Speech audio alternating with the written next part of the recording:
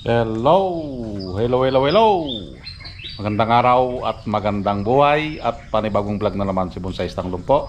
So, gagawin ulit natin itong from cuttings. Ito yung mga ugat ng bougainvillea na binuhay natin. Okay? So, kung mapapansin nyo, ang kanyang wire ay bumaon na. Yan o. So, bumaon ang wire, kailangan nating tanggalin. Yan. Ito. Yan. So maliit lang ito na bonsai na paliko-liko. Okay? Yan. So tuyong-tuyo. Okay? Talagang as in na nalalanta. Okay? So ito yung i-workshop natin. Maliit lang ito guys, pang center table.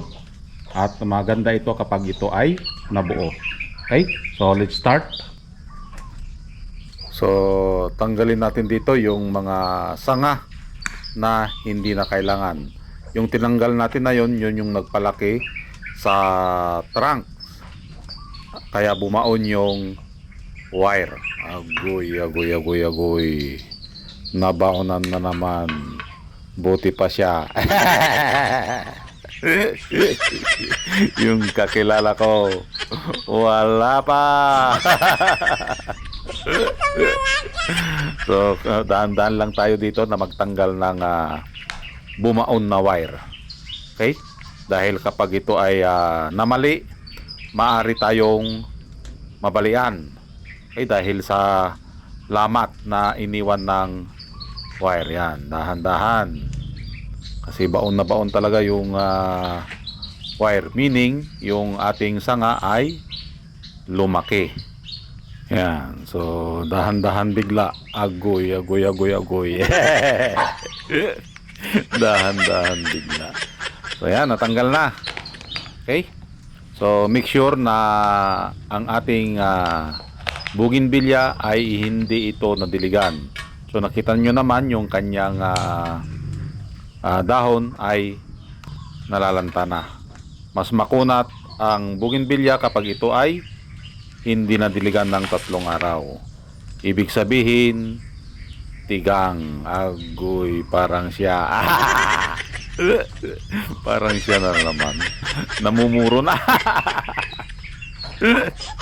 Yung kakilala ko dyan. Parang mga bougainvillea. Yan, so ibalik ulit yung kanyang pagkakatali. Okay? Pero dapat yung wire na inilagay natin dyan ay yung pasalungat. Ibig sabihin, wag mo nang sundan yung sugat na dinaanan ng unang wire. Yan. So ang ipoprovide lang natin dito yung mga pinaka-importante na sanga sa isang puno. Okay? So, i-wire lang lahat natin at bigyan ito ng sayaw. So, yun ang trabaho ng wire. Kapag ito ay na-wire natin, yun ang magbibigay ng sayaw para hindi bumalik or tumuwid. Okay? At nasa primary branch ang pinapalaki natin. Okay? Antayin natin ito na umapal. Yan. After natin ma-wire, ito na. Himas time na. Kung saan mo dalhin yung liko. So, sundin lang natin yung flow ng kanyang trunk or yung kanyang katawan. Okay? Para may bagay sa kanya. So, ang isang bonsai, hindi mo pwedeng iliko-liko ang kanyang mga sanga kung ang puno niya ay straight or yung tuwid. So kunting bali lang yon, kunting liko lang, hindi pwede yung sobrang liko. Okay? At sa kung mapapansin nyo, sinisilip talaga ni Bonsai Tanglong po yung back branch. Dapat masilip yung sanga na likod. Okay? Para magkaroon siya ng deep branch na tinatawag. napaka-importante yung back branch na masilip para mayroon malayong sanga. Yan. So malapit na tayong matapos dito. Yung pinaka-importanting sanga lang ang kinuha natin dahil meron tayong first branch, second branch, tertiary hanggang sa ito ay kumapal. Yun. So ito yung kanyang harap. Okay? Antayin lang natin ito na kumapal, lumaki ito. Dito tayo magkakaroon ng apex. Pakapalin pa rin natin ito. Ito yung palakihin natin. And then ito yung back. Okay? Tapos yung counter niya or yung mga sanga niya nasa baba. Maliit lang ito guys. Dahil maliit lang din itong kanyang trunk. Okay? So ayan guys. Kung ipapakita natin ang kabuuan, ito yung kanyang magiging itsura. Okay? So ito yung kanyang ugat. And then lumiko dito. Yan. Ito yung dinaanan ng wire, oh. So bumaon talaga yung wire. Ito yung tinanggal natin.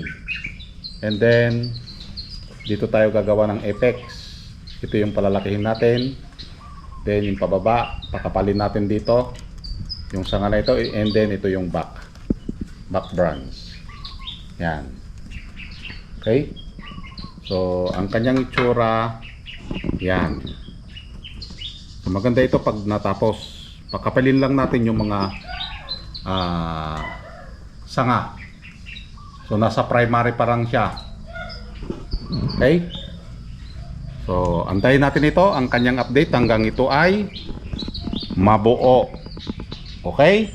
So maraming salamat at nakagawa na naman tayo ng isang maliit na bonsai na aantayin natin hanggang mabuo. Okay? Hanggang sa muli. Bye-bye.